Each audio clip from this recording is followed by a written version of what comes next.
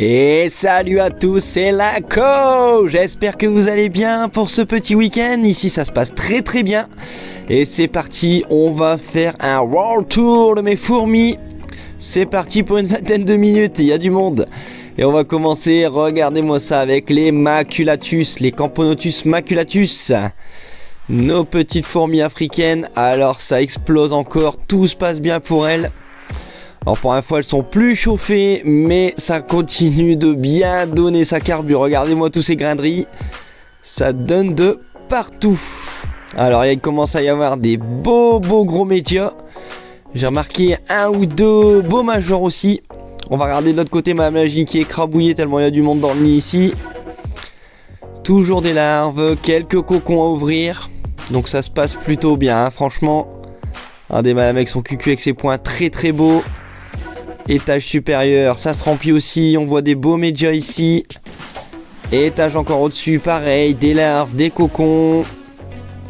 J'ai aperçu une très belle grappe d'œufs aussi dans le tas.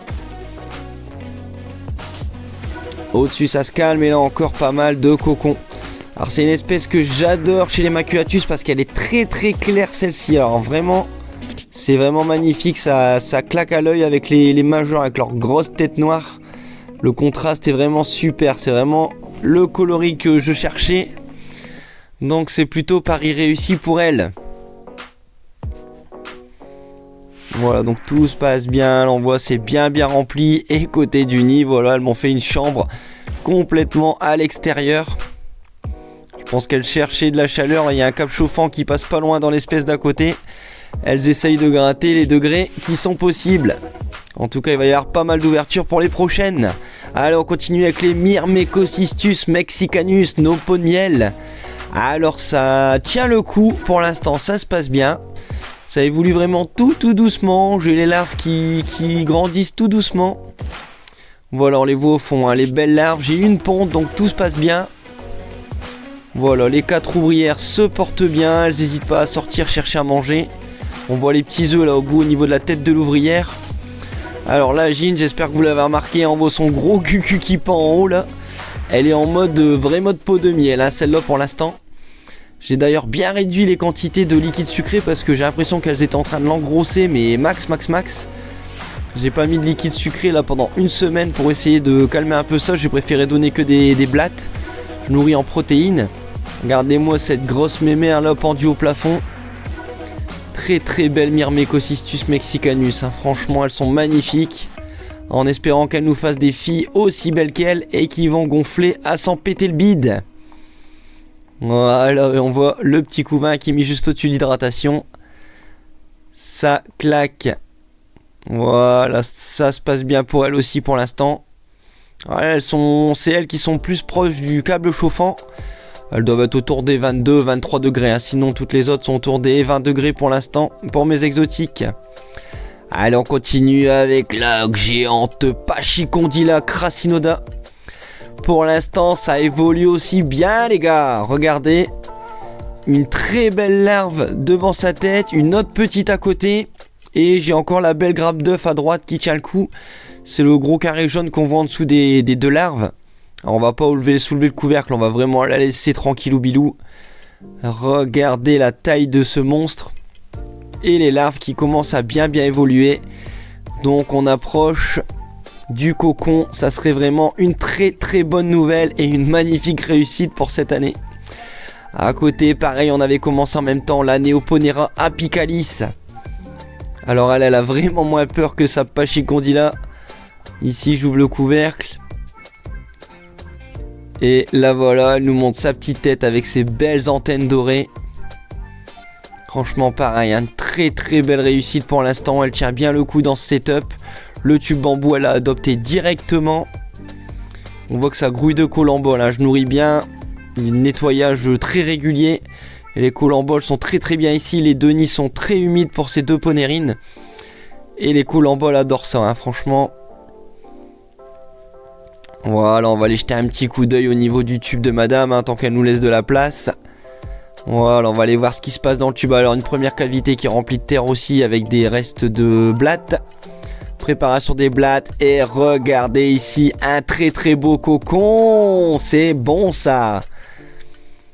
Et encore des très belles larves ici. Là, le couvain évolue, mais vraiment nickel chez la Neoponera apicalis. Ça fait super plaisir. Regardez les larves qui se nourrissent des pattes de blattes.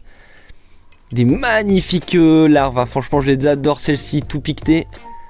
C'est vraiment magnifique. On les voit vraiment se nourrir à même la nourriture. Franchement, celle-ci a l'air d'être très très bien démarrée. Très bonne gine reçue. Ça fait plaisir, franchement. Très belle réussite aussi pour cette fin d'année. Que du bon, que du bon.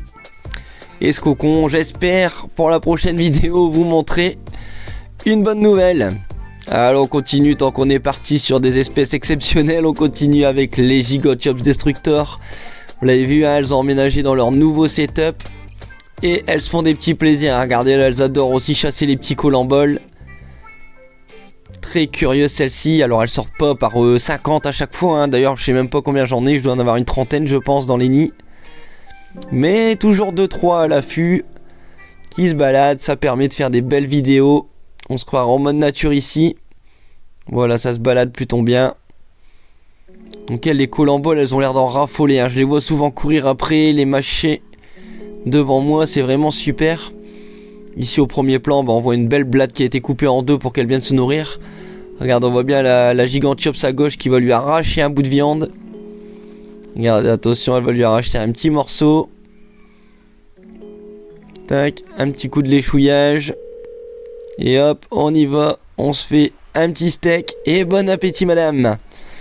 Donc tout se passe bien pour nos Gigantops Destructor, franchement. Le setup a l'air de leur plaire à ravir. Je rajouterai des nouvelles cachettes pour elles, dès qu'elles augmenteront un petit peu leur quantité d'ouvrières. En tout cas pour l'instant, ça a l'air de bien se passer. Très très très belle Gigantops Destructor, nos petites guyanaises. Voilà, très belle. Dès qu'on met à peine des blattes, elles peuvent être rapidement à 6-7 dessus. Pendant que certaines travaillent, regardez, elles viennent de rajouter des petites brindilles pour augmenter le nid. Elles vont commencer à squatter le troisième je pense. Allez, on continue avec les Acromyrmex octospinosus. Alors j'ai réussi à nettoyer, regardez, j'ai plus qu'un tout petit champignon. Je pensais qu'il grossissait, je les avais laissés, mais en fait elles m'ont fait un deuxième champignon là-dedans, dans la cuve de nourrissage. Alors ça me va pas du tout, je vois plus rien, je sais plus du tout comment ça évolue. Avec les ouvertures, ça va commencer par s'assécher, donc ça va pas aller du tout. Donc j'ai préféré, j'avais un autre champignon satellite aussi dans le sable que là j'avais déjà déterré. Donc là on va passer à la méthode de barbare, va falloir tout vider.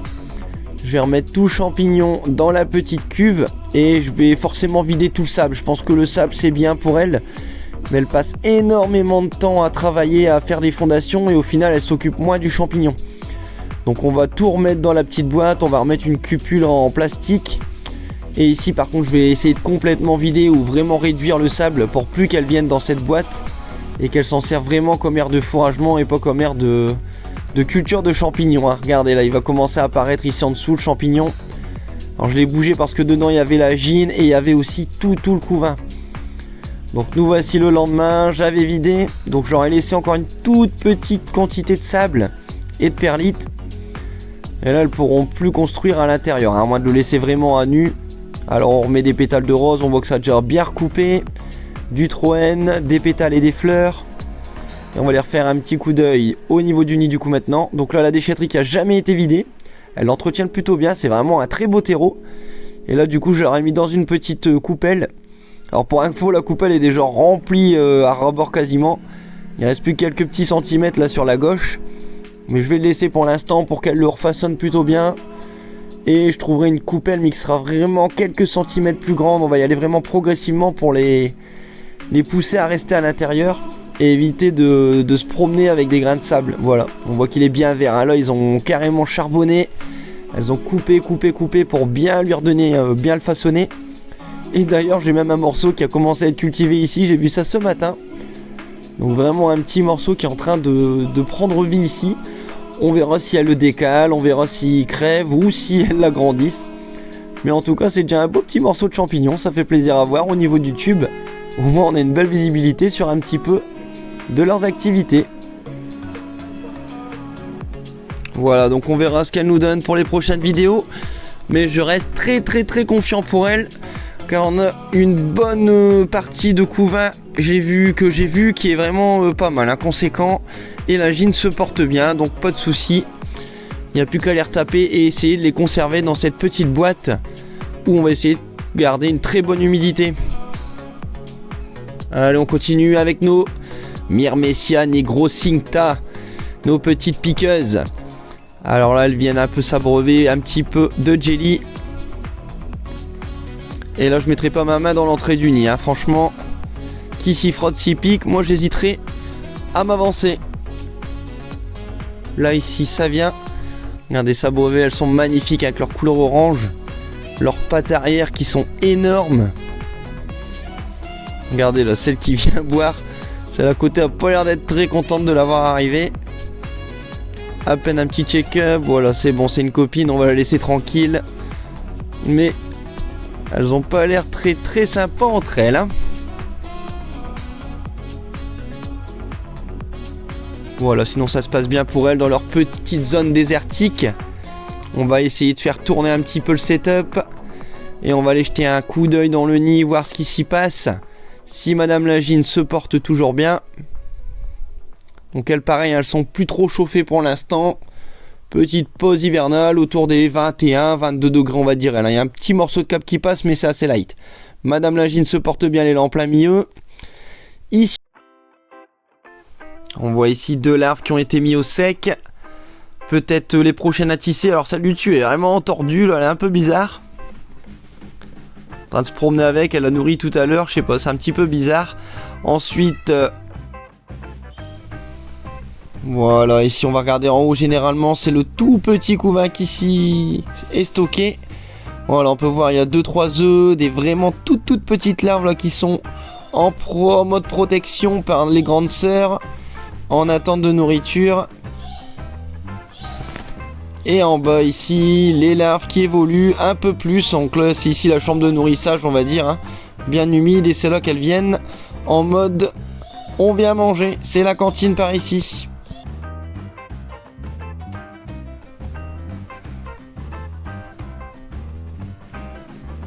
Voilà, donc tout se passe bien pour elles. Leur petit hivernage se passe plutôt bien. Allez, on refait un petit tour. On apprécie une dernière fois ces petites mémères avec leur position. Toujours prêtes à l'affût, à l'attaque. Et on continue avec nos Camponotus nicobarensis. Alors regardez cet abreuvoir qui a été bien tuné. Il est magnifique. Alors c'est un setup qui a été fait il y a très peu de temps, hein. Je vous rappelle, j'avais mis une petite vidéo quand j'avais fait le montage de l'ADC. Et là c'est parti, ça a été pris à l'abordage, hein. Franchement il y en a déjà de partout. Alors j'avoue c'est moins le bordel pour changer les gamelles et l'abreuvoir, donc ça c'est déjà un mieux. Au niveau du visu c'est carrément mieux aussi pour les observer, là, grimper sur les bambous, creuser à l'intérieur, franchement c'est magnifique. Et tout se passe bien, hein. Franchement il n'y a pas de souci particulier. Ça reste des nicobarensis, hein, très facile. Et là des très beaux majors qui commencent à sortir aussi, hein. Franchement ils sont magnifiques. On va faire un petit tour après dans le nid. Donc la deuxième ADC je l'ai laissée brancher pour l'instant, mais elle est quasi vide. Franchement c'est un truc de fou, elle qui était tant remplie. Je pensais qu'elle allait la garder d'assaut quand même pendant quelques temps, mais là s'il reste 10 ouvrières c'est déjà bien. Voilà, et le nid qui se porte aussi très bien. Il s'est un peu vidé aussi parce qu'il y a vraiment énormément de monde dans l'ADC. Et on va aller voir ici Madame la gine. Voilà, Madame la gine qui se porte bien ici. On la voit en plein milieu. Tout va bien. Et toujours aussi svelte malgré ses 5000 grossesses. Elle a vraiment une taille de guêpe. Voilà, on va zoomer un petit peu quand même pour voir ce qu'elle nous a encore préparé pour le début de saison prochaine. Il y a encore du monde au balcon, hein. Franchement, regardez ici, toujours des œufs, des larves de partout. Franchement, c'est pas mal. Alors là, j'ai plus de cocon actuellement. Là, on est en mode un petit peu pause, on va dire. Au niveau des ouvertures, c'est fini le déballage des cadeaux. Mais il reste quand même pas mal de monde et pas mal de couvains, hein. Franchement, j'ai énormément de salles remplies. Allez, on va faire un petit coucou à Madame la gine. On lui souhaite un peu de repos quand même, avec ses radoucissements. Et voilà, on va regarder un petit major qui doit être à côté ici. Voilà, sa petite tête. Et ciao ciao, on va passer aux Opistopsis rufithorax, nos petites strobes. Alors pareil ici, hein, il n'y a plus de cap chauffant à leur niveau, mais ça les arrête pas du tout. Pareil, on reste autour des 19-20 degrés la nuit, 21 à peu près le jour. Et toujours un très très beau couvain. Là j'ai pas mal de cocons qui vont être ouverts bientôt. Là on voit que ça commence à bien s'assécher. Madame Lagine ici au milieu de tout son beau couvain. Une chambre royale qui est magnifique. Et regardez derrière encore une belle grappe d'œufs encore. Elle n'arrête jamais non plus celle-ci. Elle va donner, elle va donner. Alors étant donné qu'on me parle de petites colonies chez elle, je pense que l'année prochaine, si c'est bien la vérité, on risque d'avoir des sexués. Mais je pense que ça va continuer à s'amplifier.